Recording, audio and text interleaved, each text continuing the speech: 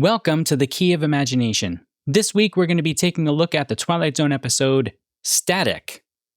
We'll try and figure out if there's really room for audio-only entertainment in an age of, constant video. We'll dive into the question of if there will ever be a nostalgic return to television, and I'll reveal my moment of awe. A special look at one particular character in this episode who is close to my heart. So, grab your keys and let's open up this door to the fifth dimension.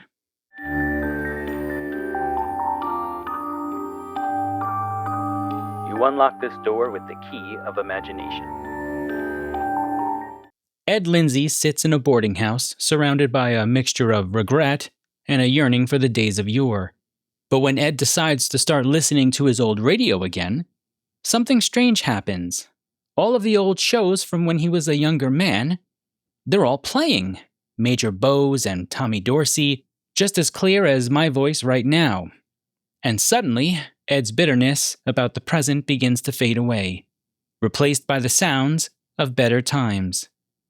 But whenever Ed tries to share this wonderful moment with others, the radio delivers nothing but static.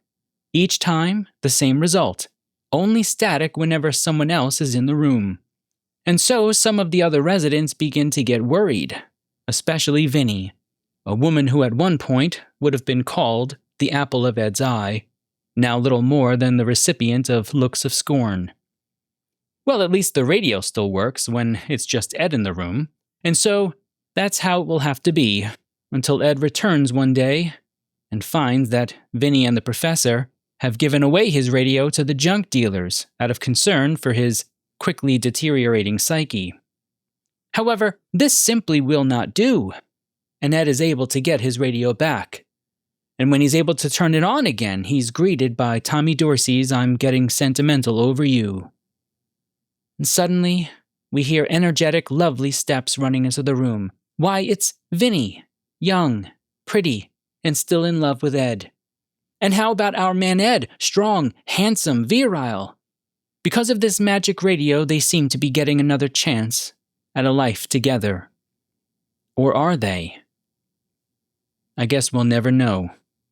Static is directed by Buzz Kulik. The teleplay is by our good friend Charles Beaumont and based on an unpublished original story by O.C. Rich. As for our cast, turn hot! We've got a general on deck. Dean Jagger, probably known to a lot of you out there like myself as General Waverly from the movie White Christmas, well, he's our main man, Ed Lindsay. Vinnie is played by the lovely and talented Carmen Matthews. Professor Ackerman is played by Robert M. Hart. And you might have recognized the voice on the radio. That's Bob Crane from Hogan's Heroes. I'll come back to why that's interesting in a second. The episode first aired on March 10th, 1961. As for our tidbits, I've got one that I learned while I was at Serling Fest last year, and it connects with the name I just mentioned, Bob Crane from Hogan's Heroes. Well, it turns out that Serling was not a fan of the show. He didn't appreciate the concept of making light of the Nazis and depicting them as bungling fools, instead of the heartless purveyors of much pain and suffering that they were. I'm sure we can understand why Serling had that opinion, given his status as a veteran of World War II. Just an interesting little Twilight Zone moment, a tidbit, if you will. Question 1. In an age of easy video, is there still an argument to be made for the value of just listening as a form of entertainment? Okay, I know. We're living in the golden age of podcasting. This very show could just as easily be called a podcast. And there are definitely people who only listen to the show and don't consume this handsome face. Come in strong. There we go. This handsome face you see before you. And podcasts are a lot like radio, so this is just another one of your silly questions, Joe, right? Well, maybe I can certainly pose a silly question with the best of them, but I do think where I'm going to take this question is not quite as silly as you might think. Let's jump into a scene from the episode to set our stage. The moment I want to focus on is when everyone is sitting at the dinner table and Ed starts to hum a tune, "I'm Getting Sentimental Over You" by Tommy Dorsey. Now, Ed accuses Mr. Bragg of being the modern man, and of having his brain turned into oatmeal while watching television. I grew up hearing this all the time. TV will rot your brain. But why? We have eyes for seeing. Why not use them? Why is there always this connection between watching things, media, and our brains rotting? Let's talk about this for a minute from a very specific perspective, and then we'll use it to re-enter our episode. Okay, everyone out there, close your eyes for just a minute. Now try to visualize an apple in your mind. Great. What does it look like? Is it red, green, shiny, dull? Does it have a bite in it, or is it pristine? And maybe you weren't able to even do so at all. That's a possibility. If you were able to visualize an apple, you just took part in the practice of mental imagery. Now, I had some fun looking into the peer-reviewed research on mental imagery and actually found a fantastic book titled Mental Imagery, Philosophy, Psychiatry, Neuroscience by Bence Nene. It's a really interesting read, a bit dense at times, but good. In the book, Nene defines mental imagery as perceptual representation that is not directly triggered by sensory input. Now, that definition comes with a lot of caveats in the book, but I'm going to simplify things a little bit for time's sake. Listen to the following sound and then see if an image emerges in your mind. If you saw some kind of door closing, Nene would actually count that as within the definition of mental imagery because an external image of a door did not directly produce the internal one in your mind. Okay, now that's a simple example. Let's get a little more difficult and see if you can actually keep up with my instructions. Picture that door again that you had in your mind. Now make it yellow. Now make it a Dutch door with a top and a bottom that independently open and close. Open just the top part of the door. Now make someone you know appear in the top half of the door and have them wave to you. Okay, you're almost there. Stay with me. Now turn that person into a cyborg with one single glowing red eye. Were you able to do it? Tell me in the comments if you could do each step with your mind. Joe, I have to imagine that you're going somewhere with this, right? And you would be right, my KOI friends. And you've used a key word here. Let's bring in an old friend of the show to talk about imagination. The philosopher Kant in anthropology says the following about imagination. The power of imagination, as a faculty of intuition without the presence of the object, is either productive, that is, a faculty of the original presentation of the object, which thus precedes experience, or reproductive, a faculty of the derivative presentation of the object, which brings back to mind an empirical intuition that it had previously. So what does all that mean? To sum it up, Kant sees two forms of imagination, one in which you can create an object without the need of the actual object to have existed, like a monster with green eyes and 4 tails that you produce, and one form of imagination where you reproduce something from an actual experience, like the person you made appear in my Dutch door example. Now, both forms of imagination are incredibly powerful because they allow us to create both within the laws of our world or outside of them. You can imagine a human being who is limited by gravity, or you can give them the power to fly all over the world. In the case of the cyborg version of your person from my earlier example, we've somewhat combined the two. And this is where we re-engage our episode. Ed is able to essentially combine the two as well through the radio. He hears Tommy Dorsey on the radio, and that sound is able to trigger images from his very real experiences in the past with Vinnie. But the part of his mental imagery that allows him to create outside of the laws of existence is what allows him to also manifest new experiences through a past aesthetical framework into the present and even into the future. He even says to the professor and Vinnie, as he's pointing out the television in the living room, "When I started listening to radio again, I kept wondering, what happened to the picture tube? And then I remembered, the picture tube is right here." He then says something really fascinating and easy to miss. He adds, "Radio, boy, I tell you, radio is a world that has to be believed to be seen." Now, did you catch that sudden flip of our usual phrase? Normally we say something has to be seen to believed. For Ed, radio has to be believed to be seen. Okay, let's pull all of this together and answer our question. Is there room for audio-only entertainment today? I mean, the answer is, of course, yes. But this episode does showcase something quite interesting that we can probably learn in our current golden age of podcasting. The power of the medium lies in the fact that we have to do some additional work to maximize our entertainment with audio-only media. We generate potential images in our mind that help us create a connection with the words, and thus we do also manifest a different level of connectivity with it. The Twilight Zone radio drama episodes are a great example of this. They can sometimes create whole new ways of thinking about an episode simply because of the way the voice actors deliver a particular line. But, and here is the potential downside, because we create the images that go along with the audio, we also develop a kind of ownership over the narrative, and that can create issues sometimes when the narrative breaks down. Ed lives in the world of the images that he creates when listening to the radio.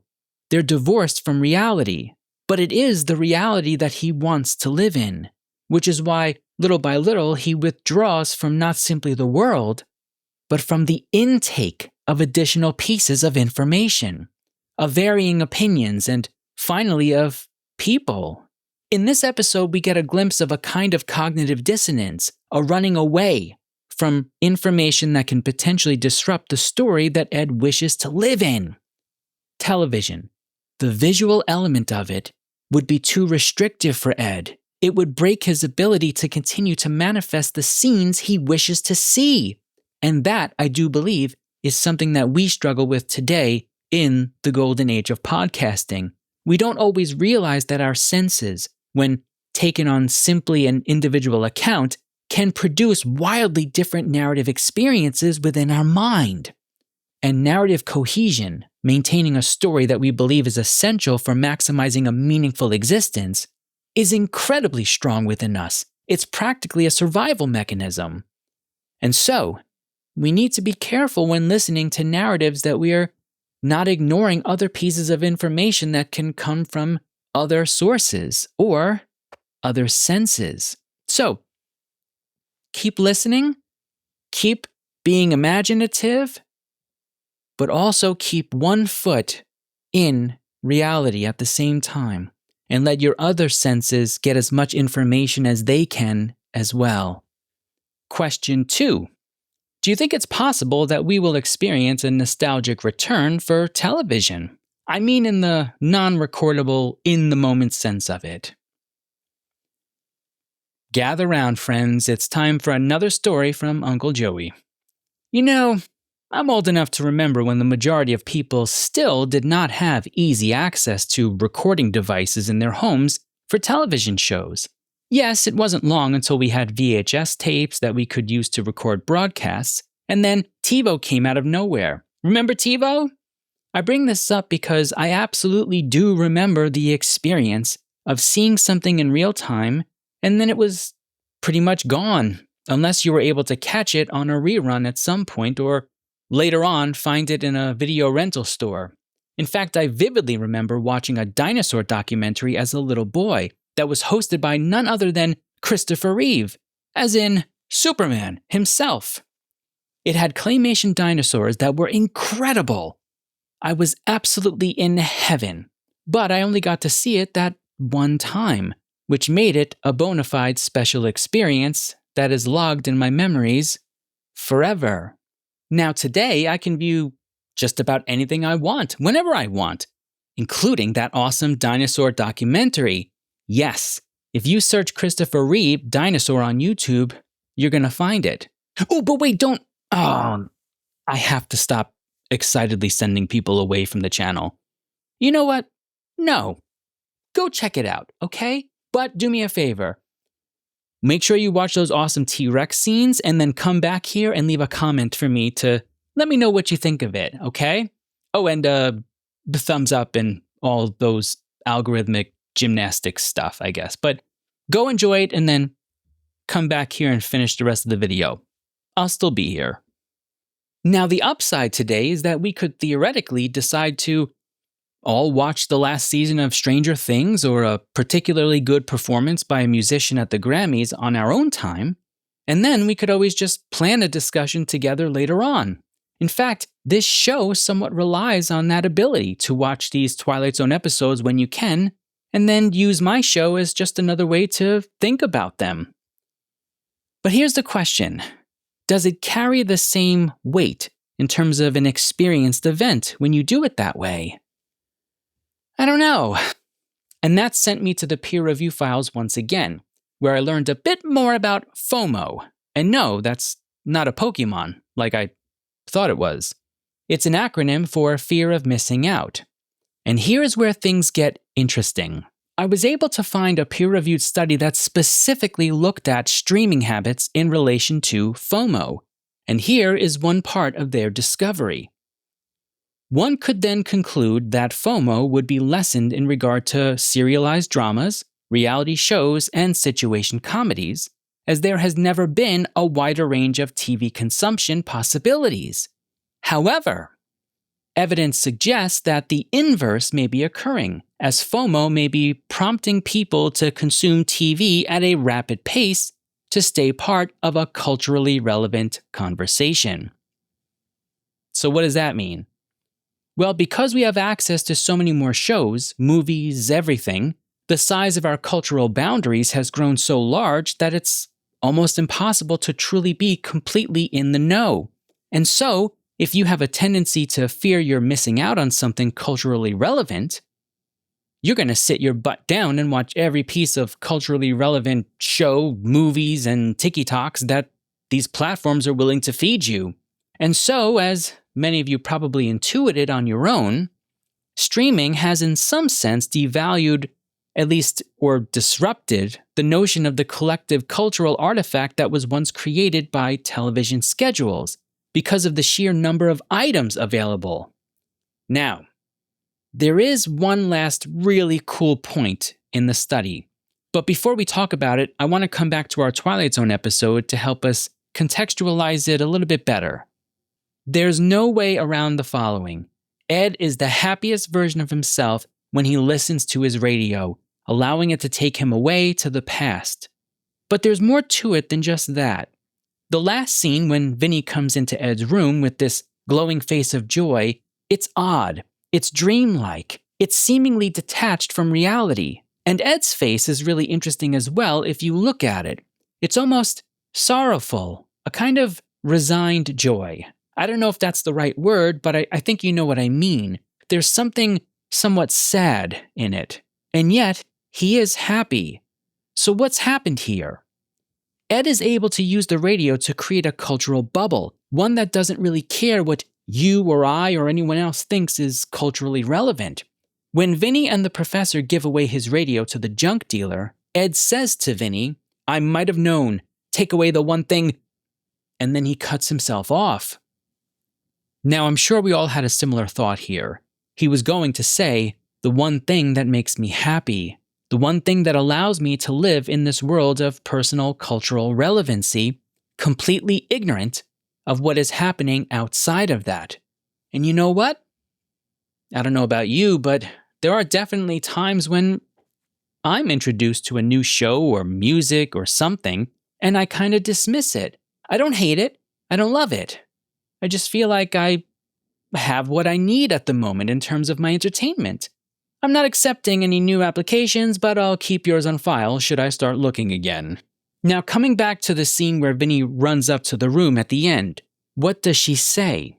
When Ed says, "Vinnie, Tommy Dorsey," she says, "I know, dear. It's on this time every Thursday." I love this line because it offers Ed that control that he's yearning for. It's on every night at this time. And what does that mean? It stalls progress. It inhibits change. There is no fear of missing out for Ed because his life is now so structured by what is playing on the radio that there's nothing for him to miss. There is no time outside of what the radio dictates. Now, I promised you that there was one other part of that study by Conley that I found to be remarkable. and I'm going to paraphrase it here. What they found is that people use their media choices in direct relation to their personal satisfaction needs. What does that mean? Well, if you want a one-time experience in life, you probably saw the last episode of Stranger Things as soon as it came out, like at midnight. If you needed a more personalized, tailored viewing of it, you waited until you had the proper time to enjoy it, or maybe until some friends could come over to watch it with you. It's about controlling satisfaction, delayed or instant. We're self-replicating what we want our experiences to be. Now, confession time. I began writing this section thinking that I would end it with an answer to the question that, yes, I think we will find some way to try and recreate the single watch, in-the-moment viewing experience of television from the past. But after consulting the research, I'm not so sure anymore. I don't think it's about missing out. I think it's about creating an experience that makes us feel like we are truly enjoying something meaningful. As I sit here, I'm waiting for my wife to finish what she's watching so that we can watch Alice in Borderlands together on Netflix. Now, do I want to just go watch it? Yeah. But the meaningful experience that I want is to see my wife's excited face in the moment as she tries to figure out how she would get out of the puzzles in the show. And so, I think I fall into this category of tailoring experiences as much as the people in the study, and even to a small degree, like Ed himself. Again, a small degree. I'm not time traveling or anything as I watch old episodes of G.I. Joe or Voltron. You know, this was a more complex topic to write about than I had anticipated. Given the research, it seems like there is a kind of balance that we need to strike here. Not quite Ed's complete dismissal of all things progressive, but not quite so quick to dismiss the importance of some stability. I think this is one of those questions that's gonna stick with me for a little while. Question 3. What are your moments of awe? My moment of awe is somewhat near and dear to my heart. I like the professor in this episode. Now, technically, I'm a lecturer at rank 2 at the University at Albany, so I'm professor only really to my students.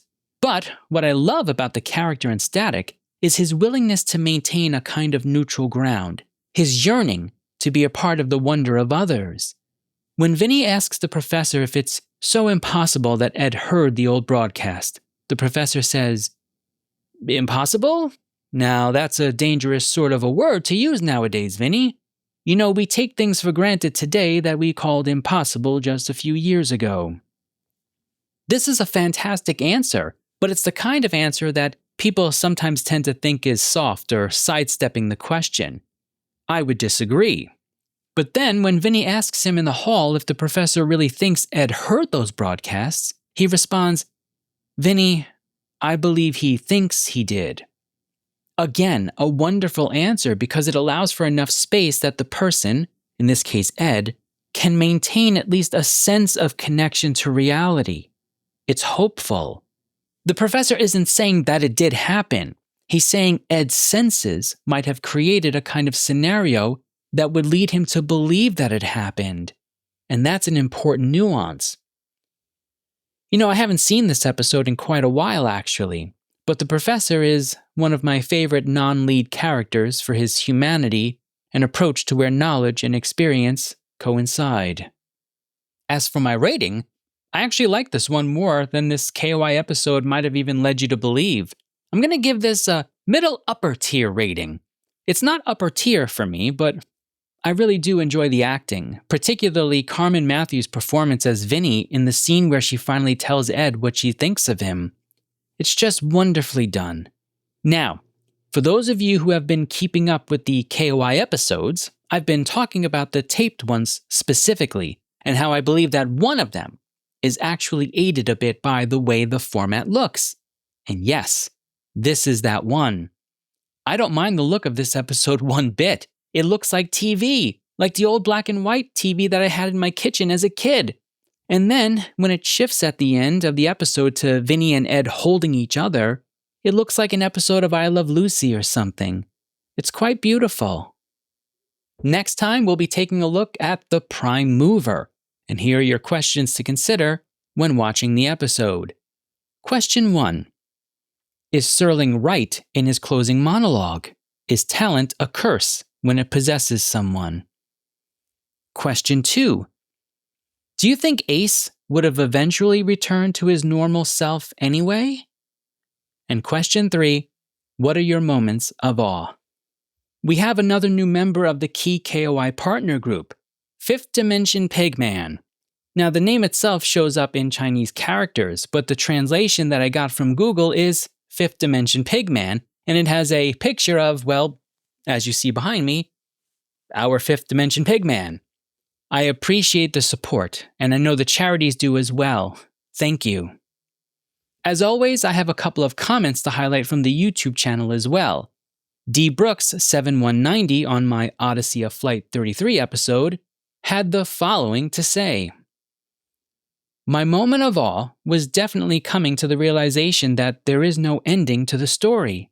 Normally, the Twilight Zone wraps most plot points up by the end of the episode, but in this case, leaving the story open-ended by them braving the storm once more makes me wonder, did they ever make it? What changes happened from the time jump? Example, in result of them jumping time, maybe the war in the 1930s didn't happen, or had a different cast of main countries calling the shots. But in conclusion, I agree, this was a very middling episode. Thank you for the banger content, as always. Hey, always appreciate you taking the time to leave your thoughts. And you know, something I hadn't really thought about much until your comment. To some degree, we know that there is at least one potential ending because of the finite amount of fuel that they have, and they actually mention this in the episode a couple of times. But there is definitely this feeling that there is no real end to the story, almost like they're forever in the sky trying over and over again. Now, I'm not really sure what to do with that other than to say, thanks for making the episode even more awesome to think about.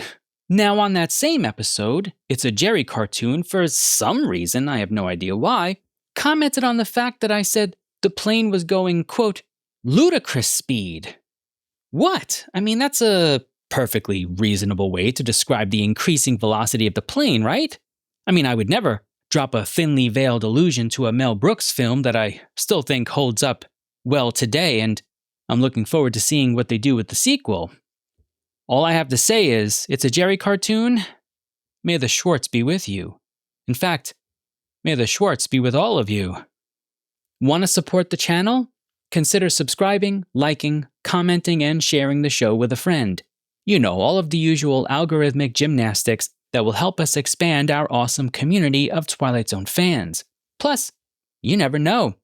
I might just highlight your comment in an episode of the show, as long as it's family friendly. And if you want to be immortalized on our list of KOI supporters, consider joining one of our membership tiers on YouTube or Patreon.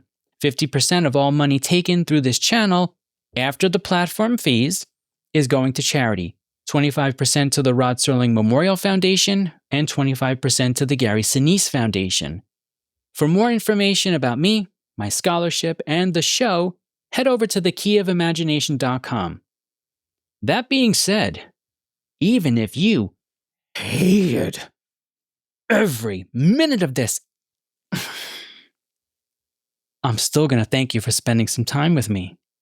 Until next time, remember, all doors are open to those who possess the key of imagination.